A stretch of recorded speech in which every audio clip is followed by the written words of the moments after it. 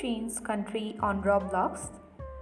First thing first, make sure to update your Roblox application from Play Store or App Store. So on the updated version of Roblox, just tap on More button at the bottom right corner of the screen. On this More section, select Settings and tap on App Information at the top of the screen.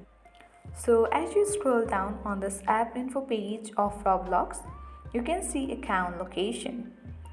So currently my account location has been set to Nepal.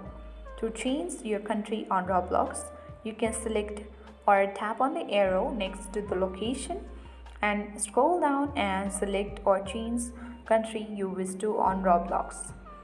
You can tap on this small circle like icon and easily set or change country on Roblox. Let me show you.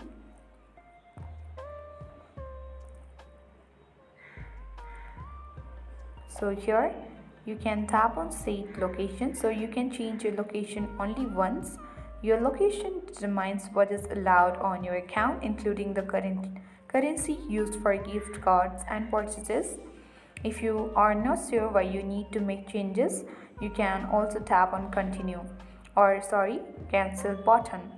So that is how we can easily change country on Roblox. I hope this video was helpful. Thank you for watching and see you in the next video.